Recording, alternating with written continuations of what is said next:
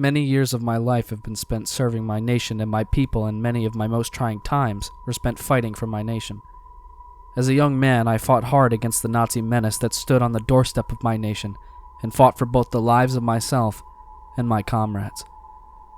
There are few moments that brought me a greater sense of fear and dread in my life than knowing I could die at any moment on the battlefield. In that fear, though, was the comfort of knowing I would have my comrades beside me. This comfort did not accompany me today.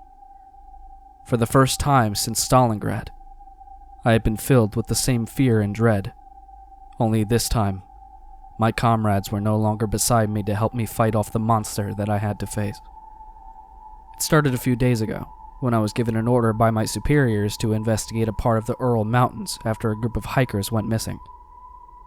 I assembled a group of federal officials to join me in the trek up to the reported area that they went missing in. I expected that my trek would be a fairly simple one. Head up to the mountains, identify any survivors, report the dead, and come back with whatever we needed to carry. That was the plan, at least.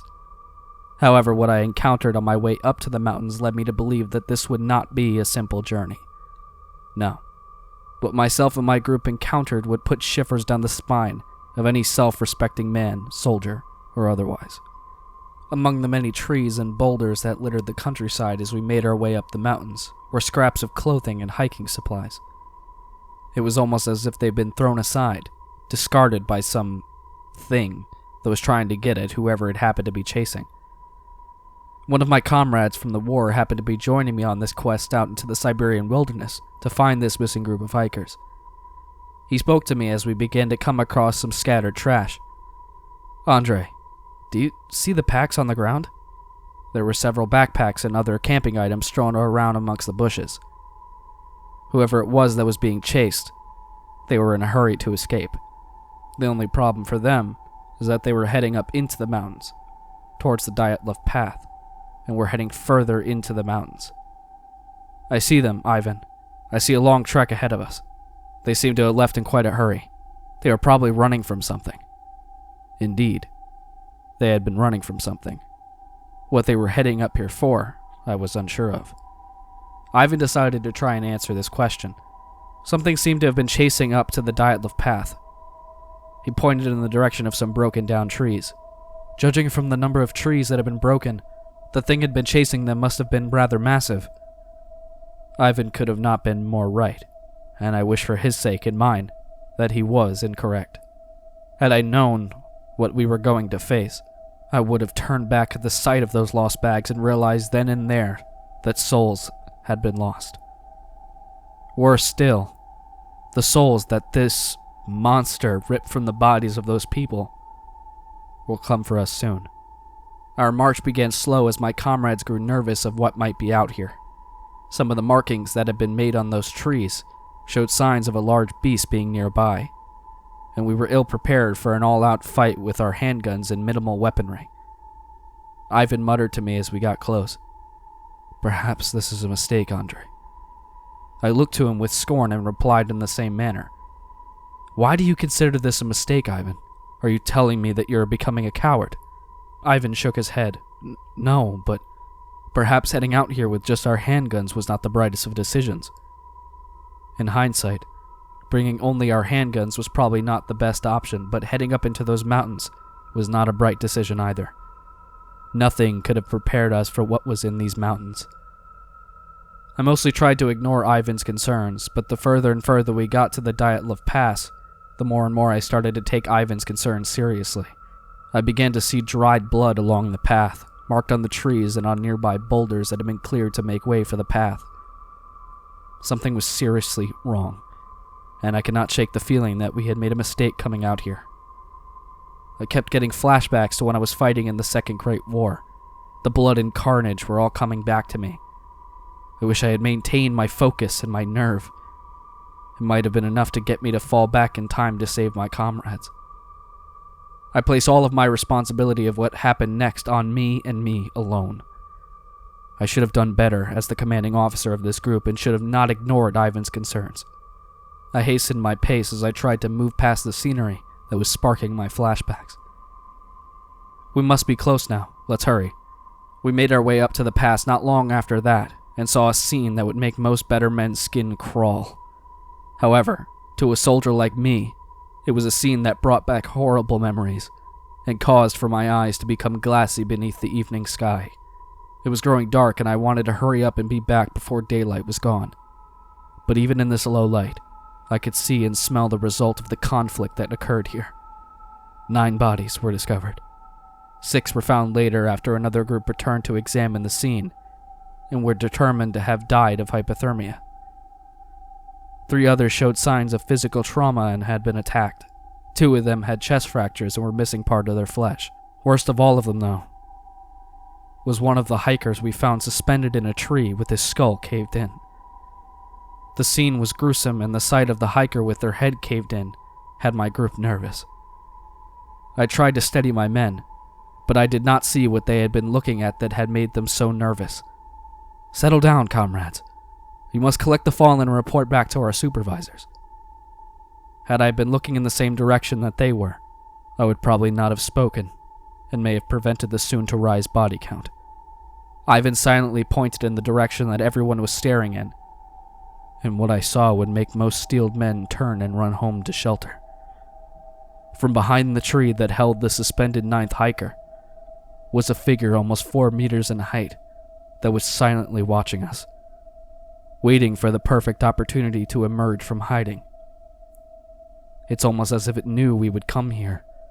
It had long hair and was a large figure, hidden mostly by the shadows. It whispered in Russian to us. Its voice was low, but the pitch made it clearly audible to myself and my group. "You should not have come here. Naughty men should not be on this path." Everyone in our group immediately pulled out our handguns and aimed it at the creature.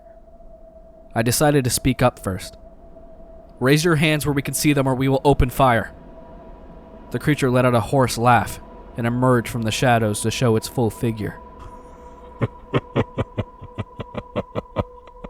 It was a tall, woman-like creature with ash-like skin and hair longer than the height of some of our men.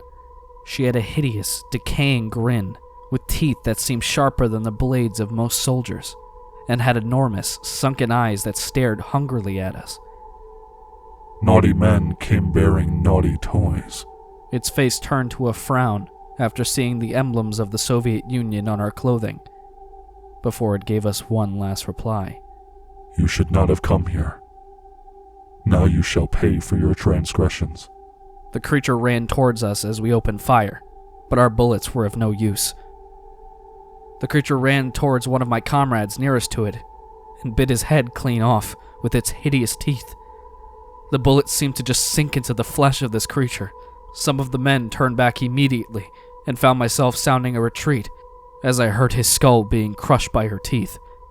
"Fall back, comrades, fall back, retreat!" We started to run down the path and tried to escape back the way we came, but this creature was too fast. It had caught up to us and grabbed another member of our group, tearing him apart as he screamed in horror and sent us into even deeper panic. As much as I wanted to save my fellow comrades, I knew deep down that many of us would not make it. I just wished that Ivan had not fallen behind the rest of the group. He was always one to try and push others forward. He was the next to be picked off by the creature. It reached its hand out from beyond the trees and sank its teeth into Ivan's skull, his blood-curdling screams in terror causing me to freeze and turn towards the creature. As soon as I saw it race for the man nearest to me, I turned around and kept running. I made sure not to turn my back again to face this creature with blood and flesh dripping from its mouth. To say that we were unprepared to deal with what lied ahead of us would have been an easy understatement. By the time I had made it down the face of the mountain, only 2 other men remained. I had us load into our vehicle and drive straight back to the capital so we could report what had happened. As soon as we were able to speak in front of our supervisors, they were pulled away by the higher-ups of the Soviet Union. Our story was blacklisted and was hidden by the Soviet Union, dismissing it as a hoax and sending in specialized researchers and troops to assess the situation further. I never learned of what became of Ivan's corpses or the bodies of the others, but I heard that the creature we saw was never found there again. I would only learn years later that the creature we saw up in those mountains was a woman who had been affected by radioactive materials and escaped into the wilderness and turned into a wild monster as a result of her mutations. I could not express my disappointment in my comrades or in my government more than I do now. To think that my government knew this had happened and let this woman out into the Siberian wilderness to become this monster is horrifying to think about. I feel betrayed by my country and by my countrymen. The being that we saw was not a Baba Yaga. It was a product of the negligence of my comrades and my country. With the direction I see my nation heading in, it'll probably not be hard to get my story out to the others outside of my nation. My only hope is that people who read this may believe me. If you do not believe me, then believe this. The Dyatlov incident has been reported with all of the hikers having died, but my comrades have been erased from history. It was a massacre constructed by my fellow comrades in power, and was covered up by the same people who would allow this to happen. Do not go near the Dyatlov Pass. Do not anger this creature, and, most important of all, trust no one who tells you otherwise about the Dyatlov Pass Incident. Hey guys, the Dark Narrator here, and thank you guys so much for watching this video. This is a story that has been in the works for a couple of months now. I've always been fascinated with the Dyatlov Pass Incident, and I really wanted someone to make a story out of it, and I knew Tim was a very, very talented writer. I hadn't really narrated anything when I asked him if he could do something like that, and I wasn't even really asking for a commission when I asked him if he could do something like that. He just straight up was like, I could probably write something like that if you want to narrate it. And it just turned into a thing where we basically commissioned the whole thing, and it took a couple of months to get through, but it happened, and I'm very, very happy with it. I was thinking about it all day at work today, and I'm just very, very pleased with the result. Tim has been proven already before this story to be a very talented writer, and I think he really came through with this one, and I'm just very, very happy with it. Everything about it just is exactly what I thought it would be and more. He created a monster for the Dyatlov Pass Incident and made it his own, and also added his own interest in there because he's very personally infatuated. I wouldn't say infatuated, but very into like Stalingrad and all of those types of war stories and very gruesome things to write about. He does a lot of research. He did his research for this, and like the research of the people who died and how they died and where they found them. Like, it's in the story. All of the research is there, and he just added his own thing of the time period into it, and that's so cool. I've never really seen a writer do that. Like, this guy was a war-torn individual, and he, at the same time as the whole Dyatlov Pass Incident thing was happening, he was just getting back from like the worst battlefield he's ever seen. And it's a really cool mashup of things that Tim is interested in and things that I was interested in, and it just makes the story so much more personal. So Tim's links will be down in the description, his Twitter, his YouTube, all that good stuff. Phlegethon, his channel will be down there as well. My merch, as always, my Patreon is down there, and the Discord. So thank you guys so much for watching, and I will see you guys next time for another video. See you later.